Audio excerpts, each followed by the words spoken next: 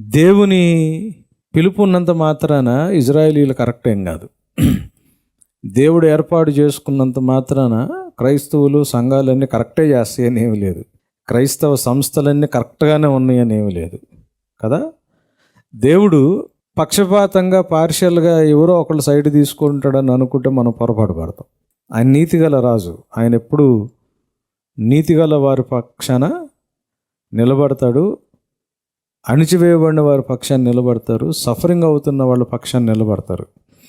So common people కోసం suffer అవుతున్న, అంటే వీటిలో ఎటువంటి ఇది లేకుండా ఈ సిస్టమ్స్లో సఫర్ అవుతున్న ప్రజల కోసం వాళ్ళ క్షేమం గురించి ప్రార్థన చేయండి.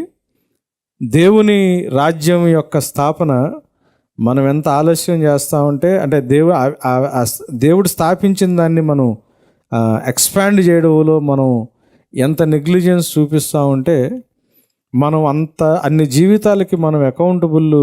మనలో కూడా అంతే. మనలో కూడా ఏం చేస్తూ ఉంటామంటే రకరకాల వాటితో మనం ఇన్వాల్వ్ అయిపోయి ఈ టైము పరీక్షలు, ఆ టైము హెల్త్, ఈ టైము ఇంకోటి, ఆ టైం ఇంకోటి, చాలా తెలివిగా సాతాను ఈ లోకం మనల్ని ఎంగేజ్ చేస్తూ ఉంటుంది.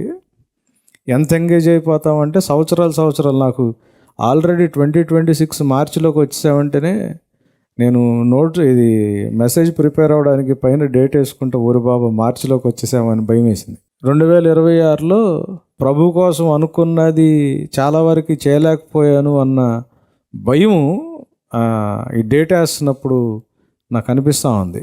చాలా సటిల్గా అర్థం కానట్లుగా మన కింద నుంచి ఈ లోకం టైములు లాగేస్తూ ఉంది.